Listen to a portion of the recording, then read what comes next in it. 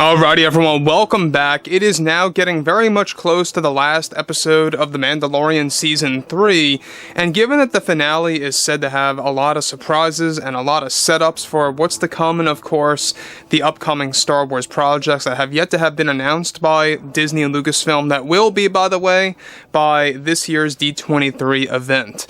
This is Mike Zero. Subscribe if you're new and like this video to see future Star Wars updates. I'm also on Twitter at Mike01. I thank you also very much for the great and kind support. Now, given that there's a lot of things happening at the same exact time between Kathleen, Leslie, and John Watts working on Skeleton Crew and the Acolyte, then you have John, George, and Dave developing Ahsoka Season 1 and 2, as well as Mando Season 4, and several other Star Wars projects, which, by the way, is going to bring on a couple of other experienced writers to help them aid with those shows. Now, on top of that, we also have Disney CEO Bob Iger, who has been really teasing and hinting a lot of things about the future of Star Wars, where it's going, and exactly how they are about to really deliver something very special to the fans. Now, we all know that the fans felt that they were cheated when it came to the Skywalker saga, specifically with the sequel trilogy movies, right? We all saw what happened with The Last Jedi, and specifically even The Rise of Skywalker, having a lot of bad choices made by Rian Johnson and J.J. Abrams. Now, given that Bob Iger, alright, he's been talking a lot more about John and Dave's efforts, bringing George Lucas back to the table, and kickstarting, of course, all these upcoming movies again, to bring Star Wars back to the cinema. And that brings us to exactly what he had to say about going back to the Skywalker saga, the episodic film formats, and more. So, with Disney CEO Bob Iger becoming more direct with the fans, he has been teasing and hinting more about the future of Star Wars and where it's all going to go by John, Dave, and other creatives.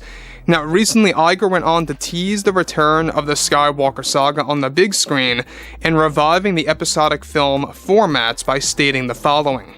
So, we had this marketing format for the sequel trilogy that the Skywalker saga was coming to a close, and at the time we thought it was the best route to go. But in our position now, 3+ years later, we have been holding meetings every single month for the past couple of months, beginning to take things seriously on revisiting the episodic film formats, and how we can do that successfully by continuing the saga again.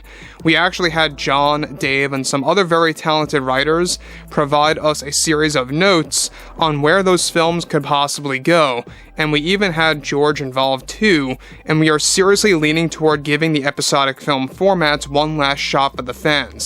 Now, let me just stop right here for 1 second. We've been talking about this for a very long time now, about how Disney is going to pretty much bring back the episodic Star Wars movies, and that is going to be a thing.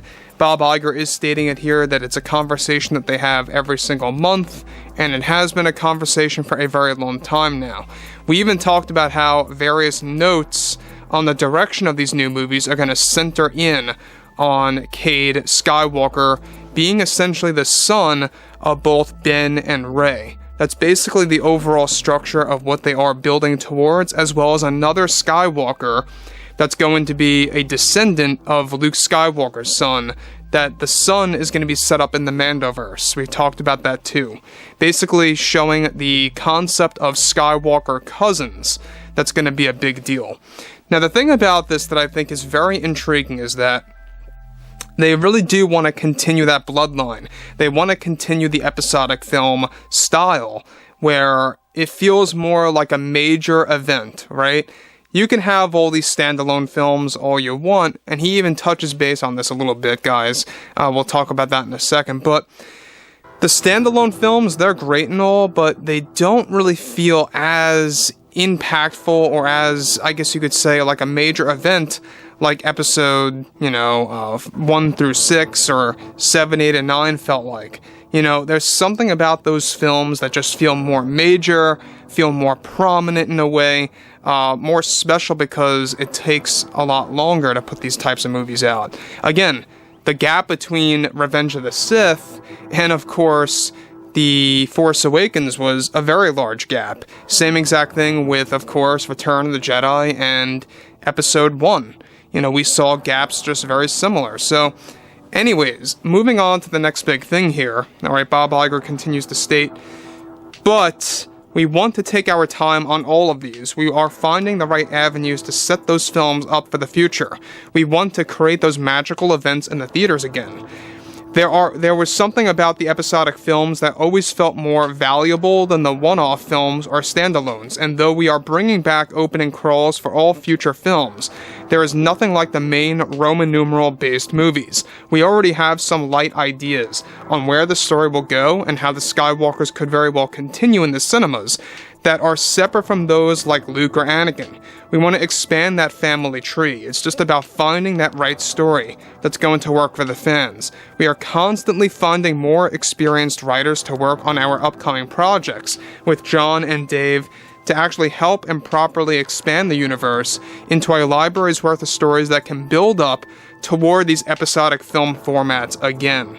So I think what basically Bob Iger is getting at is that, given that we discussed about these notes that have been created over at Disney the past couple of months of how Cade Skywalker is going to be a descendant, or plan to be a descendant of both Ben and Rey, as well as having another true Skywalker, in a sense, on the other end, that's going to be a descendant of Luke. So basically, what they are trying to do, I believe, with this Rey movie and this post-Episode 9 series by John and Dave, are to set up these episodic film movies that Bob Iger here is literally announcing and teasing or hinting, whatever have you, of, you know, where they're gonna go. How they're creating a library's worth of material to set up these movies. That's interesting, because they're doing the same exact thing too with the Mandoverse projects on Disney Plus to set up Dave Filoni's Star Wars trilogy, the same exact thing. So it's interesting how they're trying to market these things by use of the TV shows to set everything up. And again, you know, it really is all dependent on how the fan reception is going to be, not just with this Rey movie, but also with the post-Episode 9 series, and how that's going to go. So, again, like I've said before in the past, you know, when you look at things like this, about how they want to revive Legends as much as possible in the post-return of the Jedi era, whereas the New Jedi Order is going to be more or less a mixture of Legends and the New. That's basically their overall approach.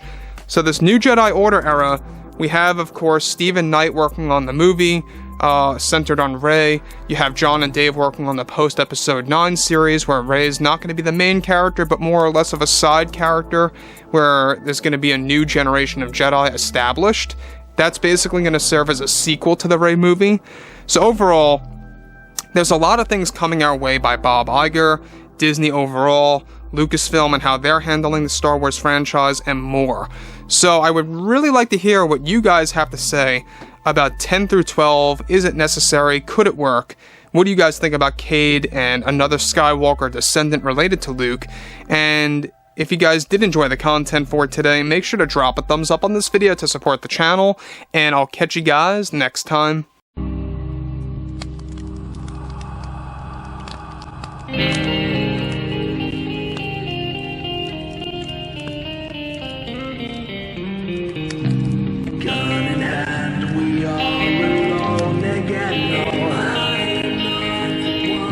From night to moon, we hear them moans again.